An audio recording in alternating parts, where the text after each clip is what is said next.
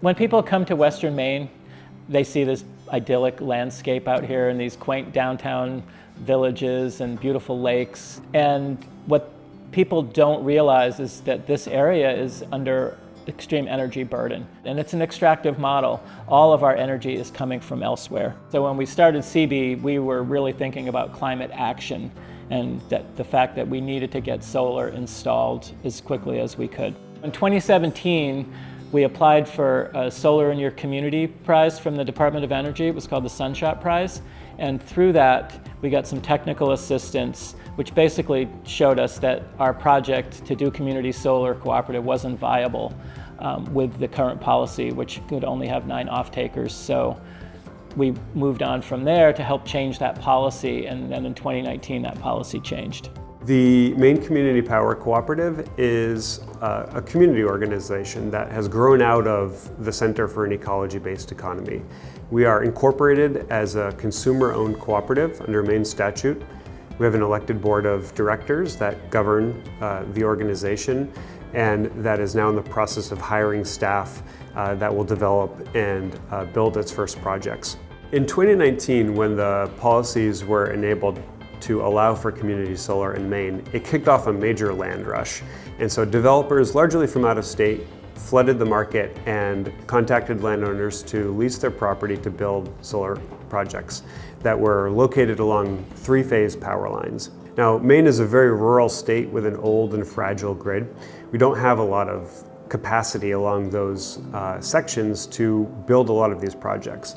And so after an initial wave of projects were approved, the second phase really triggered massive grid upgrade requirements at all scales. So we're at a bit of a logjam right now with the ability to approve and safely build and interconnect more of these larger scale systems. What we found is that there's actually a lot of excess capacity in the grid if you look in the right places and if you design your systems differently.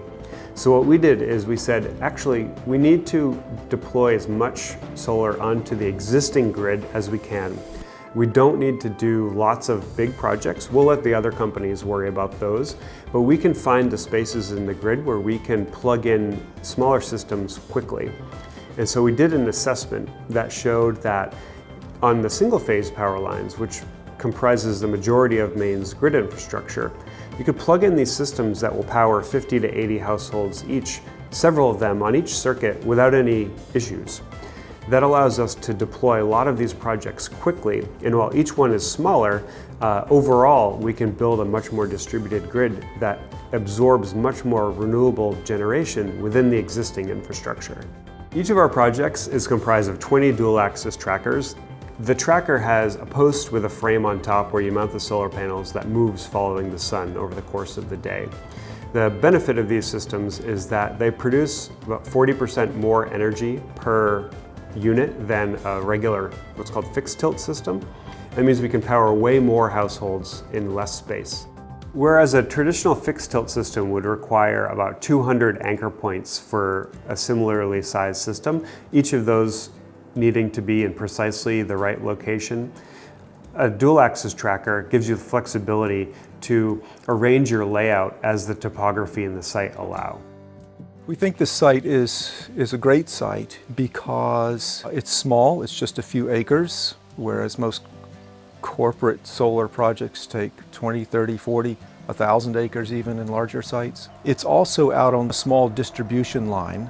It's not 3-phase, it's single-phase power. For the last 30 years, all we've been doing with this land is mowing it to keep the trees out.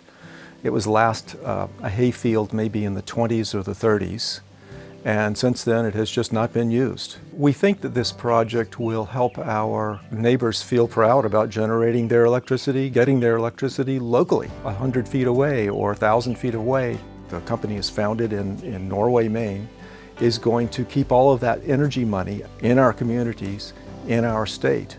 So Maine Community Power is a consumer-owned cooperative.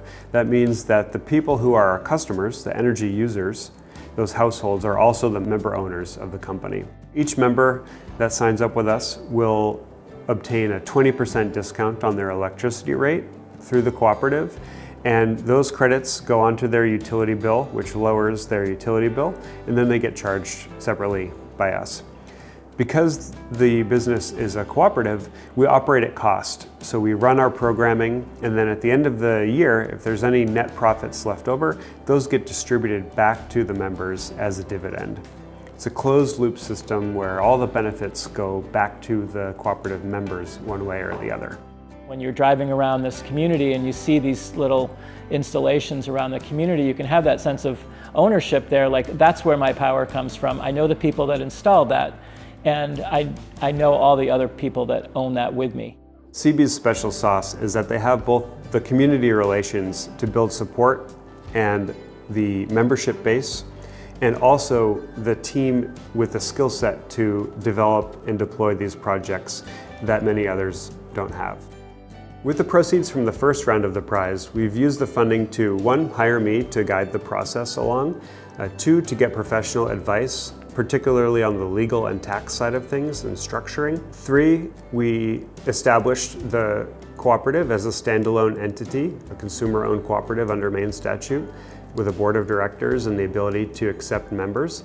And 4, to start developing the first couple of projects which are nearing the finish line. There are so many opportunities for partnerships to address different components. We have partnership with the University of Maine to bring their expertise on the academic side to study the impact of this business model.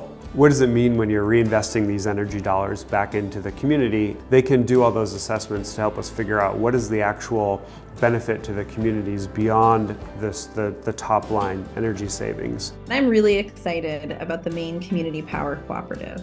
It's an innovative model tailored to meet the needs of underserved people in Maine. Scott and I have been talking about the need for this type of innovative approach to community-owned solar in Maine for years, and I'm thrilled to see it finally come to fruition. I am proud to support and mentor an intern this summer through the Mitchell Center to support this project. So I chose Maine Community Power Cooperative as my internship, one because it came through the Sustainability Center on campus, and I really like all the work that they're doing, so I was excited. I didn't really know a lot about how businesses function, the finances. I knew a little bit about solar. It's been a subject in almost all of my classes, but more than anything, I liked the idea of creating like an on-the-ground impact for Maine. We're working together with our local tech school, with our adult ed programs, with other programs in the state to help build a solar workforce. One of the beauties of this system that we have set up with these 20 tracker installations around is that we can use a lot of local workforce that aren't skilled electricians. We can use a lot of people that can run an excavator, that can run heavy equipment, and we've got one of the best installers in the state that's familiar with these things to kind of lead the installations. Installing these in a more regular fashion would definitely make it easier for us as a company to plan going forward and to attract and retain a workforce. And there are a lot of young people that are going through journeyman and training programs with the local community colleges, and I think that would give them some real work that they could get their chops up to speed in solar industry, and it's going to be a growth industry going forward. I don't think Maine Community Power would be where we are if it wasn't for our work with the Cooperative Development Institute. CB has been a recipient of training services at CDI since 2018. We've worked together on quite a few projects at this point. We support everything from incorporating the enterprise, dealing with some of the legal considerations and some of the visioning of what the enterprise can be, as well as some of the relational pieces, some of the personnel policy that might be needed, some of the conflict resolution processes. This project is the largest. It's gathered a lot of community attention and support. I think has the potential to be a really massive consumer-owned cooperative enterprise that can be a model for other places throughout the Northeast. A lot of research, a lot of time has gone into understanding this particular cooperative structure and the way it could work. What I'm hopeful is that the cooperative will provide for an opportunity to demystify the energy system. What we can do is play a role where we help people understand where is their energy coming from, how much does it cost, what are the impacts, etc. And we can be a trusted party in their decision-making process.